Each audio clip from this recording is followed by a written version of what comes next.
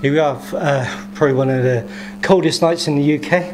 Joined at the Fleece with American HeadCharge. How you guys doing? Not too bad, not too bad. Excellent. How's the tour going?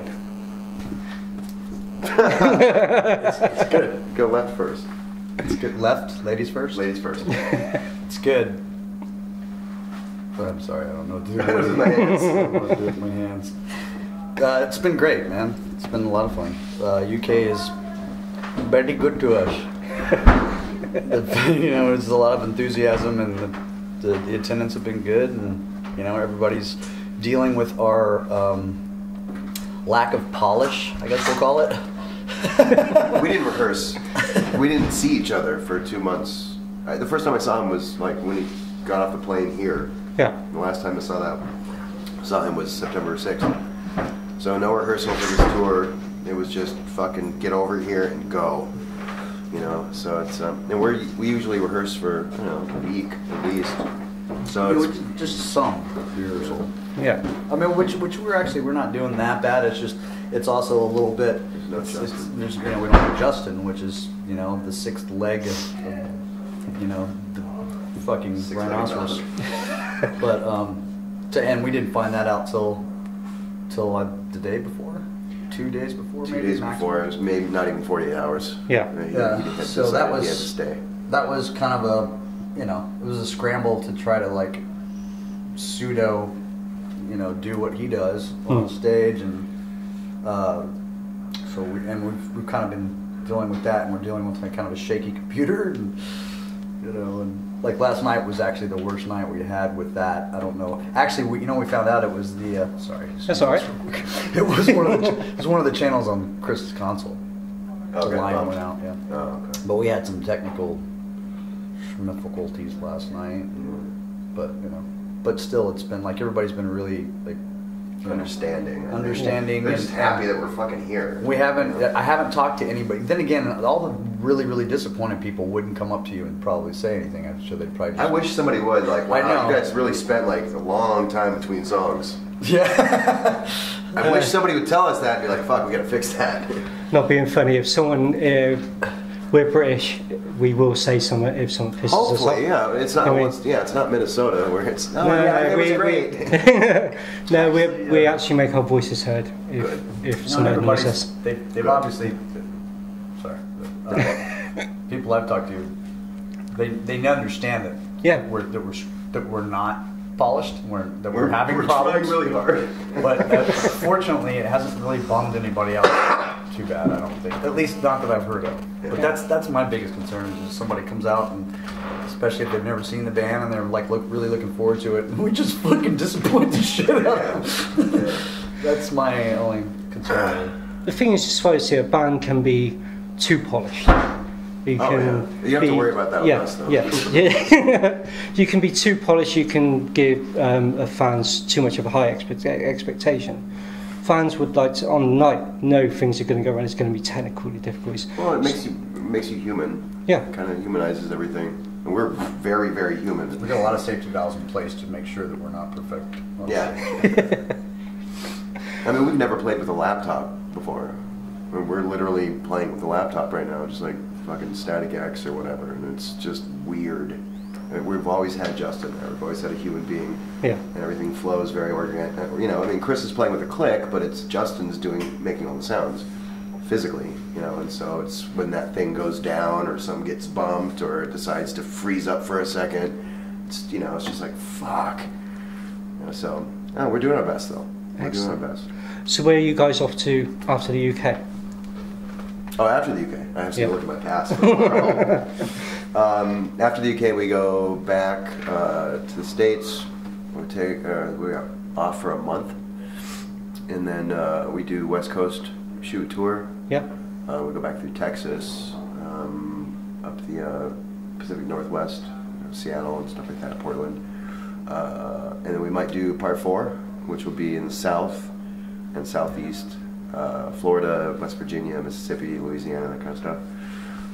And then we need to go make a record. Because the longer we keep touring this little fucking weird EP, the less time we you know, we start butting into wanting to get back over here for the festivals next summer. You know? And just to clarify, when he says record, he's not talking about setting a record. Yeah. For the longest time it takes to make a record. He's actually talking about the record. Physical. That we are Excellent. not trying to like. Yeah, it was this June. It was June, 23rd of June, something like that. Yeah. The EP come out. Yep. Yeah. And then you know the single. Yeah. Intelligently enough, came out a year before that. Jesus Christ, this band. We try, man. We try. We try hard. There's always a lot of things that get in the way of writing or getting the production, putting pen to paper. You think you're at that right moment, and then suddenly someone comes along and slaps you again. You're like, oh, No, I mean, just getting the fucking EP mixed correctly was 5 states, 6 studios, 13 fucking guys working on it, you know, and everything got turned in was like, have you heard American HeadCharge before? What the fuck is that? Yeah, it was really bizarre because everything that, like, the big things that we weren't hearing people doing with the mixes were really, really obvious to us. Really basic shit. And they were like, that part's supposed to sound like a fucking avalanche. Can't you tell? And all of a sudden it's this anemic, like Mr. Burns sound kind of thing. Yeah, it was really weird. It was a really weird disconnect that we were having with people. And, you know, in all fairness to those people, some of them, you know, all of them actually, up until the point where we finally got the final mix, you know, that was a favor to us. Yeah. We weren't paying them. They were taking their own time, and it's not a fun thing to do. Yeah. And it's also especially not a fun thing to do when you hand somebody something that's not really well put together in the first place, and then they're in the back of their head, they're going, my name's going to go on this. Yeah. So they're fucking stressed out. Like, there's a point where poor Church was like, just lost it. Like, there's no ambience on here. Like, I fucking like, Skinny. Yeah, he literally lost it. It's the Tommy and Skinny from Mushroom Head. He was like, a couple of guys that helped track some of the stuff at one point. And Tommy did some great stuff, actually, and he actually had a couple of cool production ideas that ended up on there. And he was the closest thing we had to getting us through it, but we just ran out of time with them. And you know, they were busy doing, you know, they were doing a record of their own. He's got his own shit to worry about. Yeah. You know? We're like, please help us. Yeah. So I actually really appreciate everything those guys did. They did help us every time we failed with like thinking something was going to get done at one of these places that helped us. Each place did actually give us a little something to take away.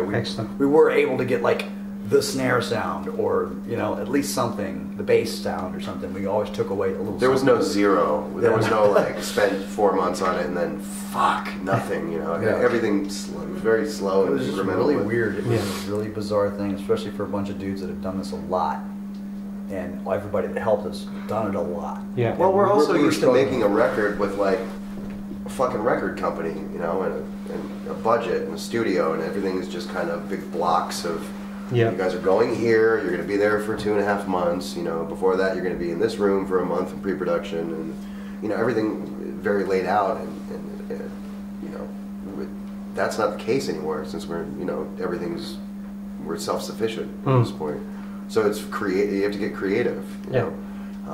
It's a pain in the ass, but I guess at the end of the day, I mean, we don't have to deal with fucking record labels. You'd have to deal with the shirts. Yeah, it's That's just us. You know? Yeah. I came up with a really good idea. I'm not going to share right now, but I remembered it on how to sell records. It's genius. On how to sell records? On how to sell records. Yeah. I'll tell you later. I can't tell you. Well, guys, we're looking forward to seeing you take to the stage tonight. Really looking forward to hearing some new material as well when you get a chance to get it out. Yeah. And hopefully we'll see you back here in the UK in 2014, maybe at a festival location somewhere in the UK. We're talking about that right now. Yep. Excellent. Yep. Well, guys, thank you very much. Thank you, man. Have one hell of a blast. Does that say infinity on your arm? Infinity. Yeah.